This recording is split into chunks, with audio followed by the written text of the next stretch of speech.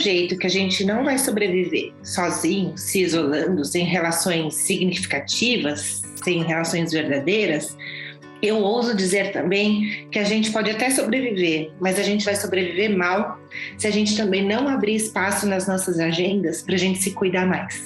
Eu também acho que esse chamado da medicina do estilo de vida, que veja bem, é tudo sobre coisas que a gente no fundo já sabia, né? Dr. Renato Baena, que é um grande colega médico, ele fala que a medicina do estilo de vida é ressignificar o óbvio. E eu acho isso muito lindo, porque é mesmo. Né? E tem um médico indiano que fala que a medicina do estilo de vida, ela existe para provar que a sua avó estava certa.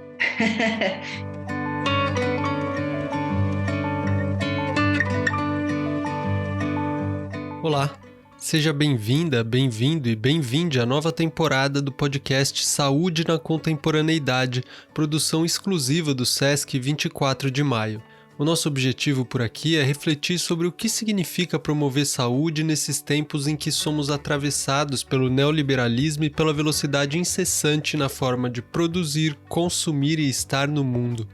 Somos inundados diariamente por uma enxurrada de informações com sugestões e estratégias para uma vida saudável, mas em quem acreditar?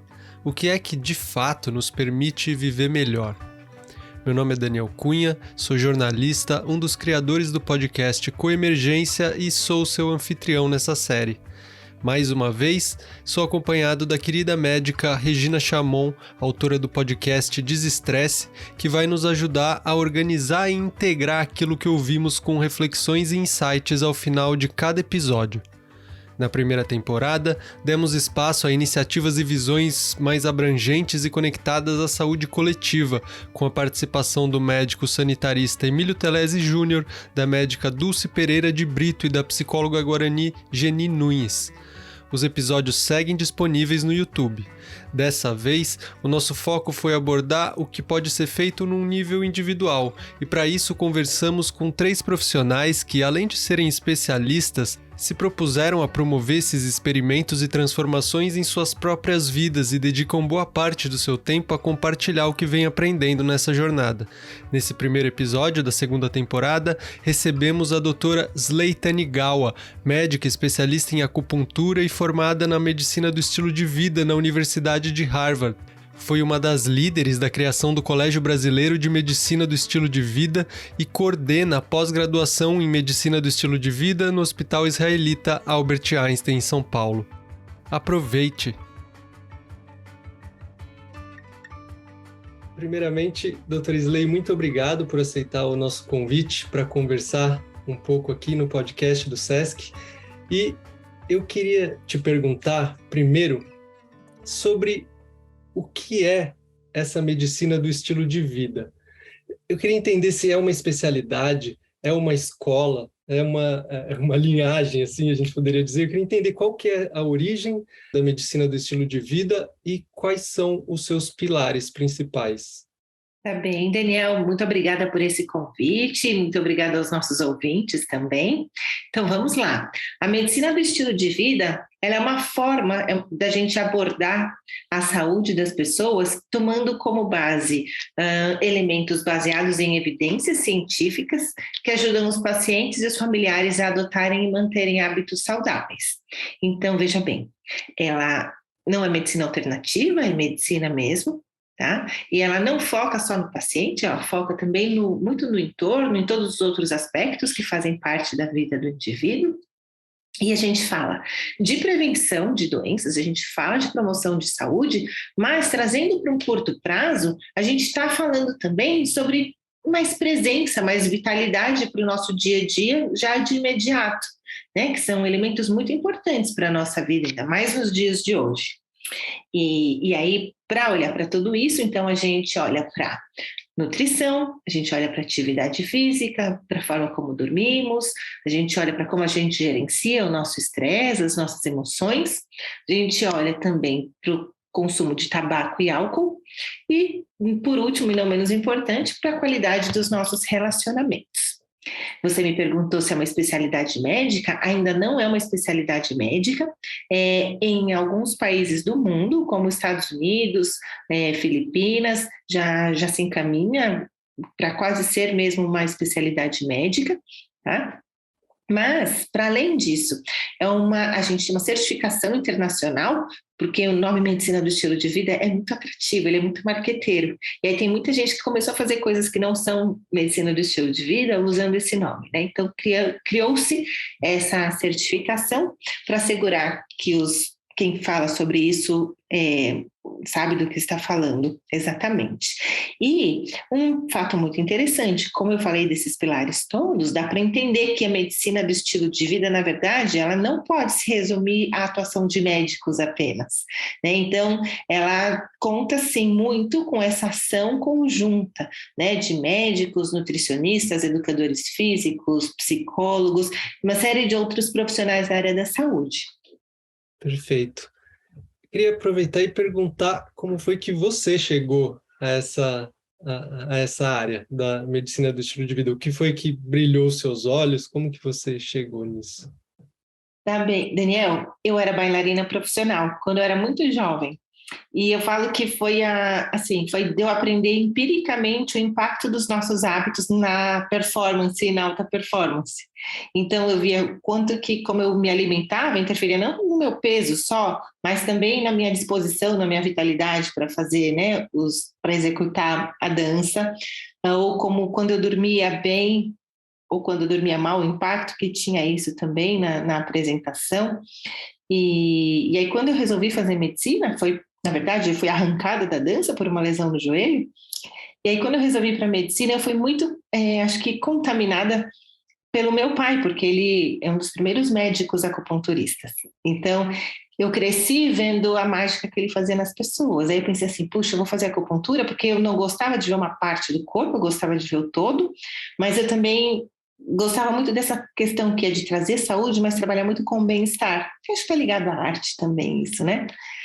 Mas qual não foi minha surpresa, né? Que quando eu fiz minha especialização em acupuntura e na prática, eu via que, na verdade, os pacientes melhoravam, se sentiam muito bem, mas de tempos em tempos eles voltavam com as mesmas queixas, sabe? Ou um pouquinho piores. Eu falei, alguma coisa que eles fazem em casa no dia a dia que está agravando tudo isso. E eu fiz uma faculdade de medicina muito boa, mas ainda assim, falei, gente, eu não fui treinada para como é que eu oriento uma pessoa para se manter saudável, né, ou para ela se sentir melhor, tendo doenças ou não.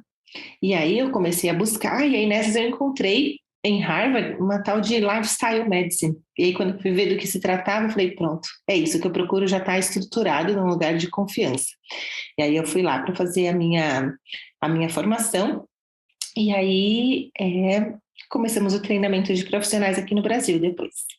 Então foi dessa maneira a minha busca.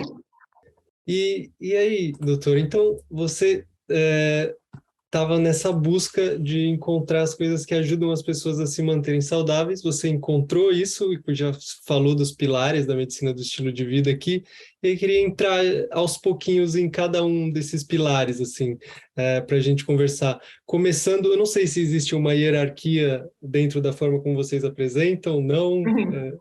Não tem uma hierarquia, todos eles são importantes. Legal. Falando sobre alimentação, por exemplo, alimentação é um tema que hoje, felizmente, acho que é um consenso de que a alimentação é importante para a saúde, né? Talvez isso tenha levado um tempo, mas hoje difícil não, é impossível encontrar algum profissional que vai ignorar isso, né? Olha, é muito interessante, porque antes não se falava nada sobre alimentação saudável, hoje parece que todos querem ser experts em alimentação saudável. Nessa vem um monte de fake news que acaba confundindo muitas pessoas e às vezes trazendo até perigos, né? Seja por retirar algum grupo alimentar que não devia, né? Ou até para induzir alguns transtornos alimentares. Mas quando a gente fala do pilar da alimentação dentro do contexto da medicina do estilo de vida, a gente fala muito sobre uma alimentação inclusiva e consciente. A gente fala muito sobre o que está faltando no nosso prato, que vem a ser as frutas, verduras, legumes, grãos integrais e sementes. E a gente fala muito sobre a questão da consciência alimentar. Então, os seus sinais de fome verdadeira, fome emocional, os gatilhos, né, os sinais que o corpo dá de saciedade. Então, é muito sobre isso. Mas eu sei que aqui na sequência dos podcasts vocês vão ter um bate-papo muito gostoso sobre alimentação também, né? Mas a mensagem principal em relação à alimentação é essa, tá? Para a gente não deixar de incluir, que a gente sempre pensa que o que a gente erra na alimentação pessoal, quando você pergunta para as pessoas, né, qual é o maior erro alimentar que a gente comete, as pessoas sempre falam, né, comer muito industrializado, muito sal, muito doce, mas na verdade não. Em primeiro lugar, está o que está faltando no nosso prato. Muito boa essa informação, ainda que a alimentação seja algo que é muito comentado, mas esse enfoque a gente não tem tanto, né? A gente tem muito isso de reduzir, de tirar, de dieta. Não pode comer isso, não pode comer aquilo. Então, bom saber já. A medicina do estilo de vida sugere outro caminho, de incluir e não de reduzir, né? Sim. Até porque quando a gente para pensar em toda vez que as pessoas resolvem fazer uma dieta, né, alguma coisa do tipo, gera muita ansiedade e a gente vê muito efeito rebote acontecendo. Então a gente descobriu que esse caminho da inclusão é bom, porque não cria essa ansiedade, né, da escassez do que a gente não vai comer, e aí conforme a gente vai incluindo as frutas, verduras, legumes, grãos integrais no nosso prato, isso acaba ocupando espaço de outras coisas não muito desejáveis. E doutora, assim como a alimentação, a atividade física é outro dos pilares que também é um consenso faz tempo de que ela é muito importante para a saúde, os médicos estão sempre indicando atividade física. E aí eu queria ouvir de você, e na verdade eu vou tentar cavar alguma coisa aqui, eu não sei se é o caso, mas se tem alguma coisa de novo, ou se não de novo, mas de incontestável em termos de evidências científicas nessa área da atividade física para a saúde. Eu pensei, por exemplo, se a ciência ela já é capaz de oferecer caminhos individualizados para as pessoas, por exemplo, se a gente está ficando mais hábil em identificar que tipo de atividade física pode ser melhor para cada pessoa. Isso faz sentido? Ou e se não for isso, o que é que a gente tem para oferecer para as pessoas? Daniel, olha só, para sua total surpresa, sabe qual é a melhor atividade física? É aquela que a pessoa gosta de fazer e que faz, né? Quando a gente fala de atividade física, as pessoas sempre pensam em corrida, musculação, né? Alguma coisa muito específica. Mas o nível de sedentarismo no mundo inteiro e aqui no Brasil em especial é tão elevado, isso traz muito prejuízo para a nossa saúde, que, em primeiro lugar, é tirar as pessoas da cadeira, tirar as pessoas do sofá e colocar as pessoas em movimento. E lembrando que movimento não é um exercício estruturado, movimento é toda vez que o nosso corpo está em movimento, está se mexendo, está se movimentando. Então, andar até o ponto de ônibus, né? Andar até onde o seu carro estiver estacionado, a limpeza da casa, simplesmente ficar em pé, tudo isso já conta muito para a nossa saúde. Porque a gente acha sempre que coisas grandiosas só é que vão ter resultado, mas não. Tá? As últimas orientações de atividade física, inclusive, vem com um grande destaque, uma frase que fala: todo movimento importa. Isso é verdade. O Brasil está entre os campeões mundiais de sedentarismo, Daniel. Nossa. E isso é um choque, porque se a gente pensar, né, na nossa natureza, né, e na parte climática, tudo mais, a gente tem condições muito favoráveis, né? Porém, o estudo que foi publicado no Lancet, nós estamos assim equiparados em sedentarismo com países que estão em guerra. Nossa. É muito vergonhoso isso. E tem um lado cultural muito importante nisso. Sabe aquela história de que quem está dentro do carro se acha superior a quem está andando na rua a pé? Tem a ver com isso, sabe? E aí as pessoas acham que fazer atividade física é ir para academia. E aí fala assim, mas eu odeio academia, eu não gosto de academia. Então, não. Então, assim, partimos de vários passos atrás, mas que são muito relevantes. Coloca seu corpo em movimento. Então, claro, recomendações básicas que são um consenso, tá, na ciência. Que a gente consiga acumular pelo menos 150 minutos de atividade física de moderada intensidade por semana. Então, se a gente pegar de segunda a sexta, daria 30 minutos por dia, tá? E esses minutos não tem que ser todos seguidos, podem ser acumulados ao longo do dia, tá? E aí, o que é exercício de moderada intensidade? É aquele que você quase fica ofegante para falar, mas você ainda consegue falar. Então, não é nem aquela caminhadinha do shopping, tá? E não é a corrida também. É algo que fica intermediário. Outra coisa importante, a gente ter 2 vezes por semana de atividades que fortaleçam o nosso corpo, tá? Então, pode ser musculação, pode ser funcional, coisa assim. Agora, se a gente for olhar para o homem primitivo, ele não fazia musculação, mas o dia a dia dele era muito ativo e ele carregava coisas e fazia força, tá? E alongamento e equilíbrio também são importantes. Eu sempre falo que, na verdade, não é porque vai deixar a gente mais saudável, mas pensa que, além de proteger seu coração, ajudar no peso, né, ajudar no controle do diabetes, pensa que lá na frente você vai crescer um velhinho que consegue carregar suas compras, que consegue pegar alguma coisa no alto do armário, que consegue sentar no chão para brincar com seu neto, ou se você cair, você conseguir levantar, né? Então eu acho que é muito com esse olhar também de que qualidade que a gente quer ter quando a gente envelhecer, porque a gente acha que essa conta ou que esse dia nunca vai chegar, mas ele chega. E aí chega e a gente vê no consultório as pessoas chegando com a conta altíssima, né, de hábitos que não foram muito saudáveis ao longo da vida, se lamentando, né, puxa, se eu soubesse de tudo isso antes, ou que isso ia chegar e acontecer, eu queria ter feito mais por mim.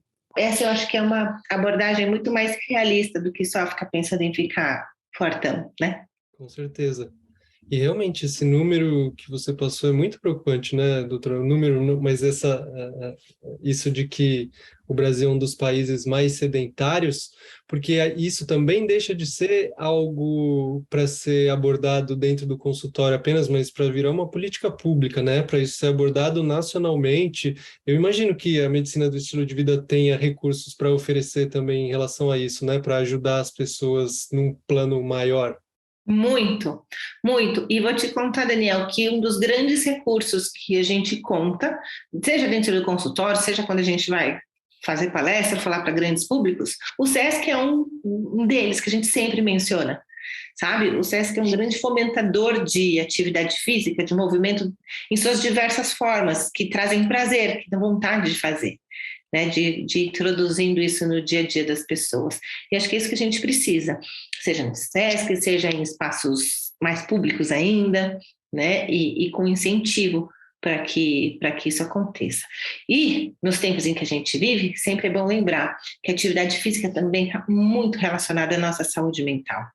Os psiquiatras hoje em dia, para tratamento de ansiedade, de depressão, eles colocam ali como linha de frente, primeira linha de tratamento, fazer atividade física, que isso tem um impacto muito grande também.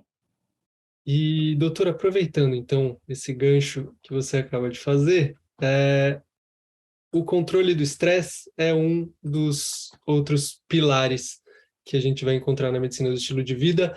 Como que ele se relaciona com a saúde mental também e o que é preconizado assim por vocês como saudável para a gente lidar com isso? Bom, em primeiro lugar, eu acho que é uma grande dose de autoconhecimento da gente conseguir reconhecer quando a gente está saindo do nosso centro, né? Quando a gente está começando a lidar com uma quantidade de estresse maior do que a gente consegue se adaptar. Porque o estresse é importante para a nossa vida, né? Para a gente criar coisas novas, ir atrás, né, dos nossos objetivos, isso é importante. Sem estresse, a gente vive no aborrecimento, né? Mas quando é em excesso, o que acontece? A gente fica sempre num modo de alerta, num modo ativado. E isso daí vai gerando consequências para o nosso corpo, porque num estado de alerta, o nosso corpo ele aumenta naturalmente, né? A pressão, mexe na parte do controle do açúcar no nosso sangue, mexe com nossa atenção, com a nossa capacidade de aprendizagem.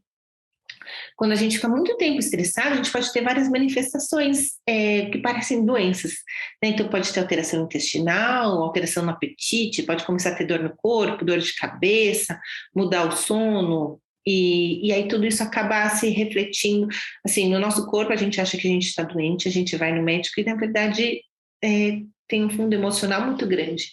Estima-se que 80% das vezes que as pessoas procuram um serviço de saúde são por alguma causa que, no fundo, tem relação com o estresse.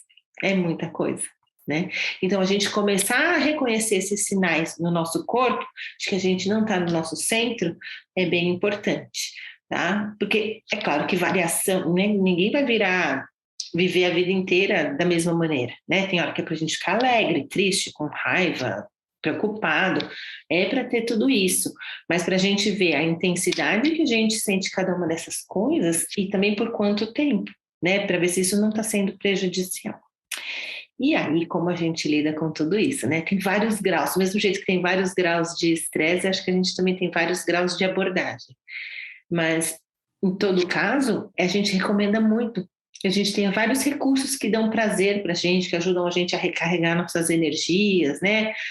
Ou a descomprimir a nossa tensão, de maneiras saudáveis, né? De tudo isso, para a gente recorrer a elas durante o nosso dia a dia, seja em pequenas pausas ao longo do dia e seja em momentos mais específicos, né? Então, por exemplo, durante o período de trabalho, aquela pausa que a gente faz para o cafezinho, a hora que a gente se espreguiça, que a gente levanta, dá uma caminhadinha para tomar água e dá uma respirada, parecem coisas muito pequenas, muito corriqueiras, mas elas fazem muita diferença no final do dia. Né? Indivíduos que trabalham sob pressão muito grande e que não conseguem fazer essas pausas ou que sequer sentem a necessidade de fazer essas pausas, eles acabam tendo consequências, sim, para o corpo, mas também para a saúde mental. E aí entra atividade física, para muita gente é uma maneira também de se descomprimir, para outros a arte, né? Para outros de estar com amigos, de estar no meio da natureza. São elementos que são muito importantes para a gente se recarregar. Muito bom. A gente também vai falar um pouco mais sobre isso no episódio com a professora Liana Neto, lá sobre as emoções no corpo. Acho que a gente vai ter bastante recurso durante a nossa série aqui.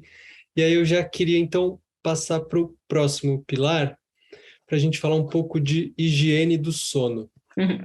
Para entender, assim, o que importa mais na hora que a gente está falando de sono? É dormir uma certa quantidade de horas? É que esse sono seja contínuo, que não tenha interrupções?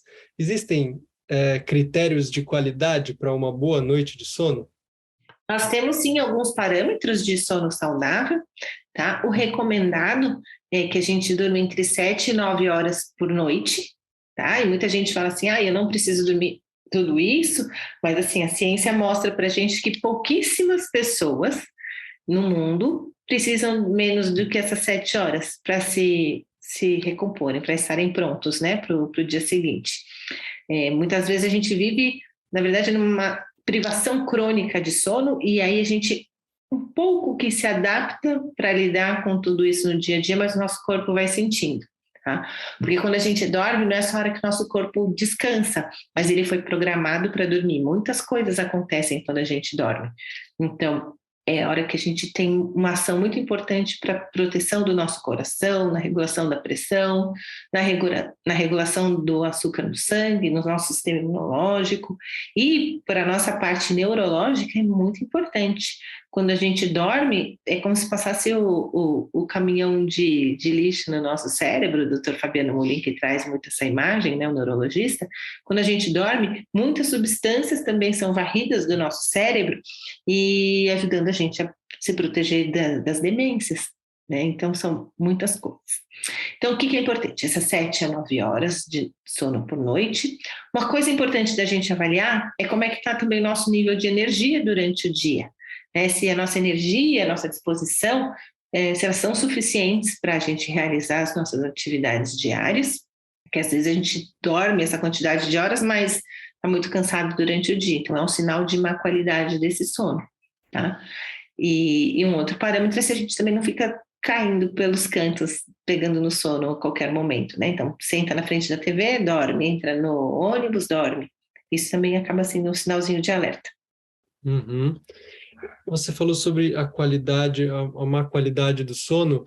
Agora, eu fico pensando o que são outras coisas que podem influenciar. Por exemplo, tem um amigo meu que tem muitos pesadelos durante a noite e está sempre assim e acorda cansado, mas não é porque ele deixou de dormir a quantidade de horas, ele se retirou cedo, mas a noite foi conturbada, assim. A medicina, ela tem alguns insights em relação a isso? Tem vários insights em relação a isso, né? Estados mentais alterados podem comprometer a qualidade do nosso sono, a apneia do sono, né? Que é a interrupção da respiração durante o sono, principalmente em pacientes que roncam, também é um grande causador de tudo isso, que, nossa, está muito atrelado, né, a problemas do coração, a obesidade até.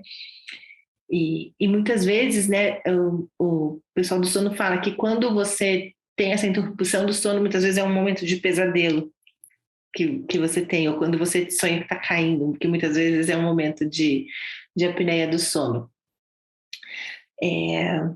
Também tem uso de medicamentos, alguns medicamentos atrapalham, sim, na qualidade do sono. Uso de tela, né? Muita tela. Então, a luz, principalmente o espectro de luz azul que sempre do celular, da tela do computador, da televisão, isso daí inibe bastante também a produção de melatonina, que é um importante hormônio relacionado ao nosso sono, ao nosso ciclo de sono e vigília, também atrapalhado por isso. E aí a gente fica tanto tempo, né, olhando para telas hoje em dia, para trabalhar e para tudo mais, que isso acaba sendo muito recorrente, né?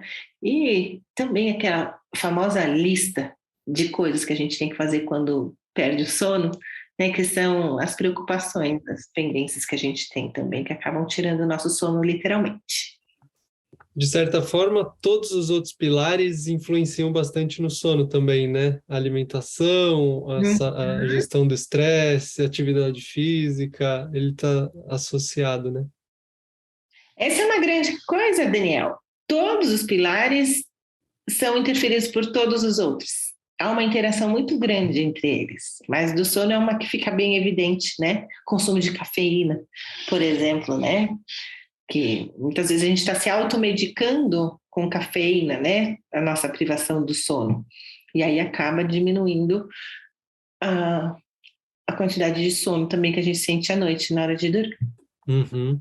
E assim como o consumo de cafeína, existe também o consumo de álcool e de tabaco como um dos pilares. O que você Sim. poderia falar sobre isso?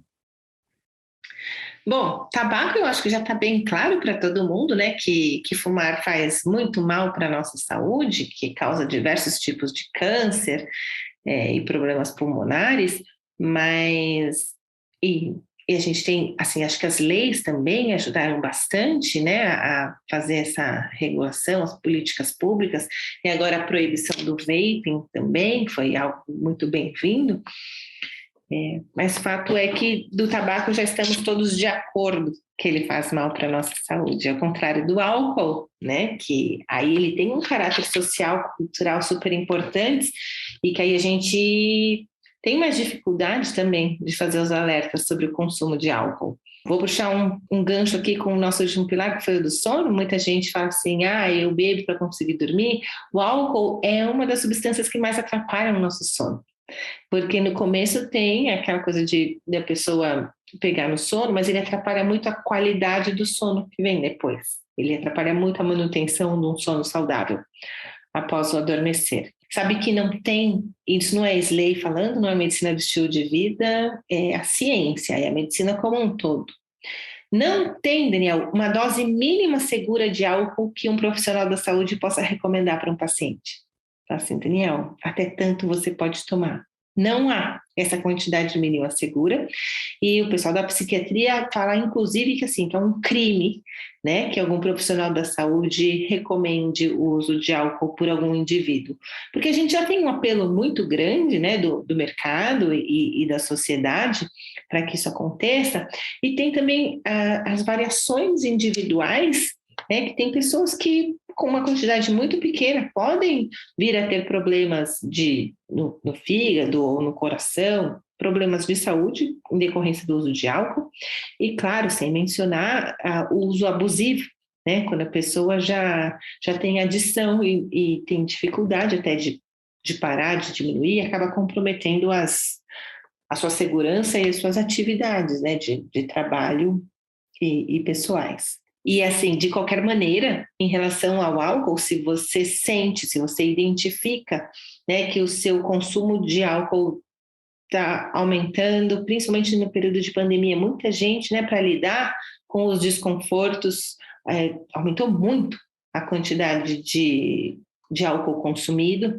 Se você está com dificuldade de parar, considere conversar com um profissional da saúde especializado nisso, porque hoje em dia tem vários recursos que podem ajudar. E quanto antes a gente começa a mexer nisso, melhor. Ótimo. E aí, doutora, a gente passa então para o último dos pilares, que é algo que até pouco tempo nem se falava dessa relação com a saúde, né? As relações, os relacionamentos. É um pilar menos óbvio, né? A gente não... É difícil de fazer esse link. E aí, há alguns anos, por exemplo, esse link...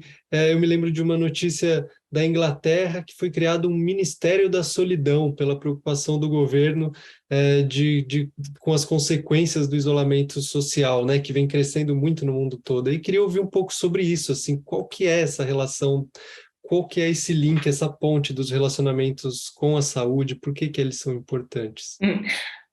Antes da pandemia acontecer, a gente falava sobre o pilar dos relacionamentos saudáveis e era muito difícil de explicar. Hoje em dia já é menos, porque experimentamos, né, na pele o que é se sentir só, né, estar distante de outras pessoas, distante do toque, né, da proximidade, até de conseguir, né, por conta da máscara, de ver a expressão das outras pessoas, ter essa troca. Uma coisa que é importante a gente diferenciar. Uma coisa é a gente ter um isolamento social, que tem hora que a gente está cansado e quer ficar um pouco sozinho, né, para se refazer, se reenergizar. Mas isso é diferente de se sentir só, de sentir a solidão, né? O sentimento de solidão, sim, é muito prejudicial para o ser humano. O ser humano, ao longo, né, da sua evolução, ele é um ser coletivo, né? Quando o homem primitivo estava sozinho, ele se sentia muito ameaçado, quando estava em grupo, se sentia mais protegido, e aí conseguia relaxar mais. Então, a gente tem ainda um resquício disso. O sentimento de solidão coloca a gente no estado de alerta, a gente fica no estado ativado. E isso daí se equivale ao estresse, ao estado de estresse excessivo. E aí, isso daí faz com que a nossa pressão aumente, né? Que a gente comece a ter questões de saúde mental envolvidas, de atrapalhar o nosso sono e todas as outras questões relacionadas ao estresse. As pessoas que sofrem de solidão, que sentem solidão, falam que a solidão chega a doer, né? E os estudos mostram que se sentir só, se sentir solitário equivale a fumar de 10 a 15 cigarros por dia, de tão prejudicial que é para a nossa saúde. Nossa. E aí, durante a pandemia, a gente viu muitas pessoas relatando isso, né? De começar a ter queda de cabelo, de começar a ter questões de transtornos mentais por conta desta solidão. E é muito curioso, porque tem um estudo de Harvard, né, que dura vários anos, e eles mencionam, né, como eles vão eles medem diversos parâmetros nos indivíduos ao longo de décadas. E aí eles fizeram um recorte para ver o que as pessoas que tinham maior grau de satisfação com a vida tinham em comum. E sabe o que era? Eles eram satisfeitos com os seus relacionamentos. Então não era carreira, não era dinheiro, não. As pessoas mais satisfeitas eram as pessoas que eram mais satisfeitas com os seus relacionamentos, com a qualidade dos seus relacionamentos. Eu acho isso muito bonito. Nossa. Né? E esse mesmo estudo também mostrou que os homens casados tendem a viver mais e melhor do que os homens solteiros, mas que os homens mal casados tendem a viver menos e pior do que os homens solteiros. Então, o que faz a gente olhar também para a qualidade, né, dos nossos relacionamentos. Tanto a gente que está cercada de muitas pessoas sempre, mas não está satisfeito, né, com a qualidade dos relacionamentos. Então, é importante, sim, para a nossa saúde também, a gente olhar com franqueza que relacionamentos que a gente quer manter como estão, quais que a gente quer transformar, quais que precisam ser mais cuidados e quais simplesmente não cabem na nossa vida, né, que nos fazem mal. Então, a gente começa a ter um olhar para isso. O Google também tem um estudo muito interessante que eles pegaram as equipes de melhor performance do Google para ver o que eles tinham em comum. E também eles identificaram que a única coisa que esses grupos de melhor performance tinham em comum eram grupos em que as pessoas conversavam sobre assuntos que não eram relacionados ao trabalho. Isso é muito sensacional. Ou seja, deixou de ser uma pessoa que trabalha comigo para ir criando conexões. Né? E eles falaram que isso aí gerava um ambiente em que as pessoas podiam ser mais como elas eram, né? Para discordar, para concordar, e que isso era muito importante para um ambiente de inovação. Então, eu acho isso muito, muito bacana. Agora, de conexões, eu acho que a história mais linda, na minha opinião, é a da Blue Zone de Okinawa. A Blue Zone são as regiões do mundo onde eles identificaram que as pessoas vivem mais e melhor, né? E a região de Okinawa, no Japão, é considerada a região que tem a maior concentração de centenários no mundo. E aí foram conversar com esses centenários e muitos deles trouxeram a seguinte história, olha que lindo. Lá eles têm os moais, que são grupos de amigos que se formam quando eles ainda são crianças. E aí esse grupo permanece junto até o fim da vida. Então eles não é só para festar, não é só para brincar, não, é um grupo que assim, eles se divertem, sim, mas eles também têm um senso de responsabilidade muito grande uns com os outros. Então eles falam que é muito bom você envelhecer sabendo que você não está sozinho, que tem outras pessoas olhando por você. Falou que isso dá uma tranquilidade, né? Diminui o estresse, dá uma sensação de pertencimento, de acolhimento, e que isso é muito bom. Mas, olha, Daniel, que coisa mais linda. Eles falam que a coisa mais importante do que isso, é você acordar de manhã sabendo que você é responsável por outra pessoa, mesmo que você tenha mais do que 100 anos de idade. Eles falam que isso dá uma sensação de propósito.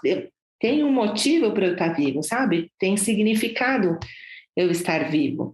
E aí são que isso daí é que mantém a roda girando e eles seguem assim. Então isso é muito bonito. E eu tenho a sorte de testemunhar isso acontecendo na minha família, com as minhas tias-avós, assim, centenário. Nossa. E você vê, assim, que são Mas elas não são de lá.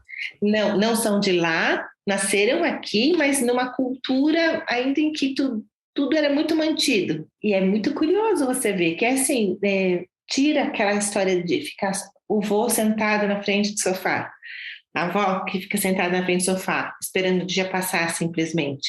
Né? Mas não, eu tenho atividades, eu tenho encontros, eu tenho compromissos com meus amigos. Isso é muito interessante, muito. Nossa, doutora.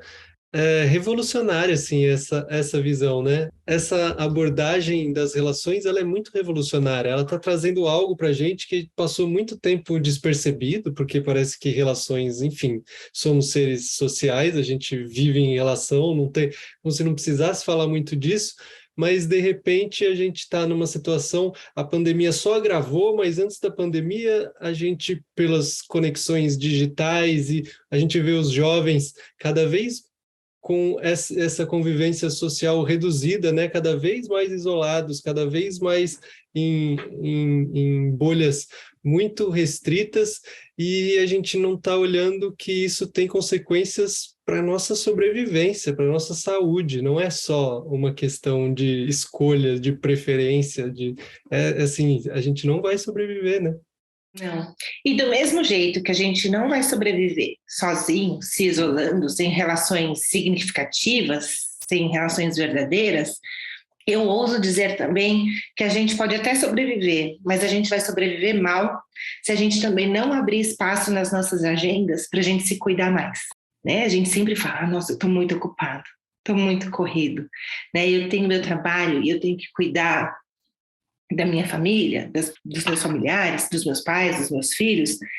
E aí nessas a pessoa vai também se esvaziando, não se cuida, não se nutre, não tem forças e ao mesmo tempo vai se esvaziando, né? Deixando de ocupar também o seu espaço. Então, eu também acho que esse chamado da medicina do estilo de vida, que veja bem, é tudo sobre coisas que a gente no fundo já sabia, né? Dr. Renato Baena, que é um grande colega médico, ele fala que a medicina do estilo de vida é ressignificar o óbvio. E eu acho isso muito lindo, porque é mesmo. né? E tem um médico indiano que fala que a medicina do estilo de vida, ela existe para provar que a sua avó estava certa. De como as verdes, de vai brincar lá fora, de vem dormir que já está na hora, né? Não é sobre grandes novidades. A grande novidade da medicina do estilo de vida é, acho que, do olhar da ciência, de mostrar por que e como cada um desses pilares tem a sua importância, né? Porque com a medicina do estilo de vida, uma mudança intensiva de estilo de vida, tem estudo mostrando que a gente conseguiria prevenir 93% dos casos de diabetes, 80% dos casos de infarto, metade dos casos de AVC e até 1/3 dos casos de câncer. É muita coisa. Mas isso tudo porque, assim, os nossos genes não são o nosso destino. Não é só a sua genética que determina o seu destino. O que a gente faz, essas pequenas escolhas diárias também fazem muita diferença, né? E se a gente não abrir espaço para isso, a gente não vai dar inteiro para cuidar das pessoas e fazer as coisas que a gente quer.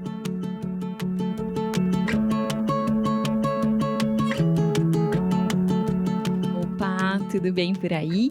Regina falando aqui, e nessa temporada do Saúde na Contemporaneidade eu também vim dar o meu pitaco. E queria começar te dizendo que talvez você se reconheça nisso que eu vou falar agora. Muitas vezes a gente tem uma questão de saúde, passa por uma série de profissionais de saúde e acaba que ainda não nos sentimos bem. Como a minha querida amiga e médica, a doutora Isley, falou aqui nesse episódio, isso provavelmente vem de alguma coisa que fazemos em casa. E esse em casa é muito no sentido daquilo que fazemos na nossa vida mesmo, na rotina, no dia a dia. Dessa insatisfação de cada um de nós com a sua saúde e também da frustração dos profissionais de saúde em não conseguirem ajudar as pessoas a se sentirem melhor, acabou nascendo uma série de movimentos, como a medicina do estilo de vida, a medicina integrativa, a slow medicine ou medicina sem pressa. Eu gosto de pensar em todos esses movimentos como irmãos. Isso porque eles olham o indivíduo como um indivíduo mesmo, único, com todas as suas particularidades. Esses movimentos se preocupam com a integralidade de cada um de nós, mas também com a integralidade do cuidado, utilizando todos os recursos disponíveis para o cultivo da saúde e bem-estar. Recursos esses que atendam às necessidades do corpo, da mente, das emoções, dos relacionamentos, da comunidade em que vivemos. E tudo isso de uma maneira mais natural, o menos invasiva possível e sem pressa. Na primeira temporada do Saúde na Contemporaneidade, ouvimos um pouco sobre essa visão do indivíduo e da comunidade e de um cuidado mais natural. E foi na perspectiva da cultura indígena, com a convidada Geni Nunes. Se você ainda não ouviu, fica aqui o nosso convite.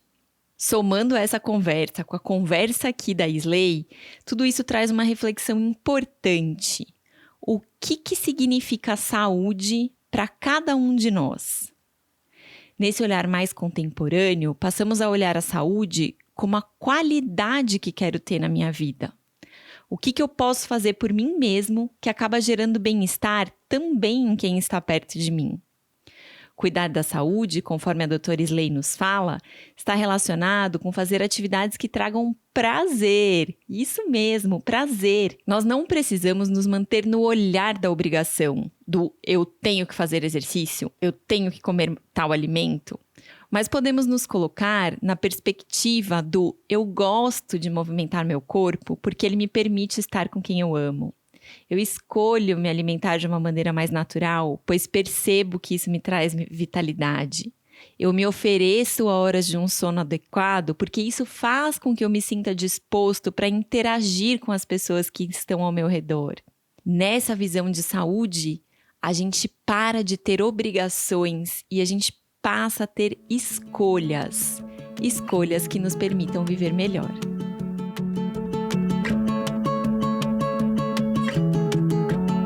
Você falou agora de uma Blue Zone, de uma zona azul em Okinawa. E, se eu não me engano, o Brasil não tem nenhuma Blue Zone, não tem nenhuma região que é considerada uma Blue Zone. Ou se tiver, você me corrige.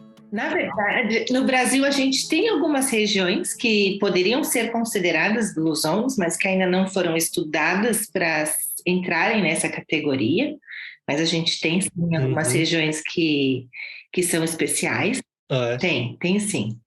Quer falar rapidamente assim sobre algumas delas? Tá, bom, Jaraguá do Sul é uma região que tem muitos indicadores positivos de saúde, muitos, e que, se fosse estudada, certamente seria considerada uma blue zone, tá? Agora, as blue zones já estudadas e já categorizadas como tal, então são Okinawa, no Japão, Icária, na Grécia, Sardinha, na Itália, Loma Linda, na Califórnia, né, nos Estados Unidos, e temos na Costa Rica também, uma blue zone.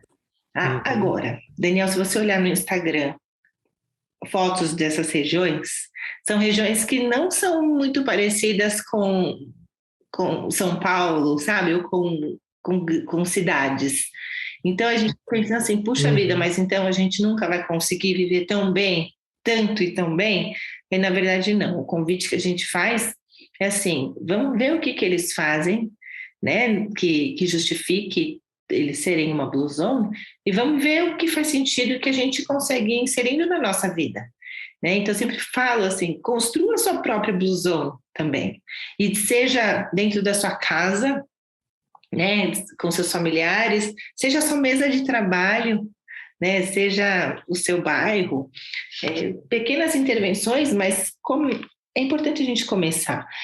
A gente acaba sendo exemplo e acaba contaminando positivamente outras pessoas também. Isso não é pouca coisa, é muita coisa já. Faz muita diferença. Muito bom. Era essa pergunta que eu ia te fazer sobre como que a gente poderia transformar o Brasil numa blue zone. É claro, não é a medicina do estilo de vida, ela vai envolver uma série de fatores, de pilares, como você trouxe. Inclusive, tem coisas que independem do nosso esforço num nível individual, né? Que a gente vai precisar de um esforço coletivo. Uma pessoa quer ter mais horário de sono, ela quer poder trabalhar menos, ela vai ter que talvez não gastar tanto tempo se locomovendo da casa dela para o trabalho, por exemplo. Ela vai ter que... Existem mudanças de estilo de vida que independem simplesmente de uma escolha pessoal, né? Mas se você puder só trazer alguns insights de como que a gente vai nessa direção de uma zona azul no Brasil, para a gente encerrar a nossa conversa. Então, tá bem. 4 lições primordiais das blue zones, tá? Uma, coma com sabedoria. E aí, quando você olha para o que eles comem, são alimentações muito ricas, vou repetir, em frutas, verduras, legumes, grãos integrais e sementes. Mas não porque é uma dieta, não, naturalmente, isso já faz parte. Segundo ponto, movimente-se. Movimente-se. E aí, assim, é de escolher um estilo de vida ativo. Veja que momentos da sua vida que você pode optar por fazer a pé ou carregando, tá? Ou de escada, mas de incluir o movimento na sua vida. Eles têm um terceiro ponto que é muito interessante, que assim, as pessoas que você ama em primeiro lugar, então que é assim, de você abrir espaço e priorizar o momento com as pessoas que são importantes para você e cultivar esses relacionamentos.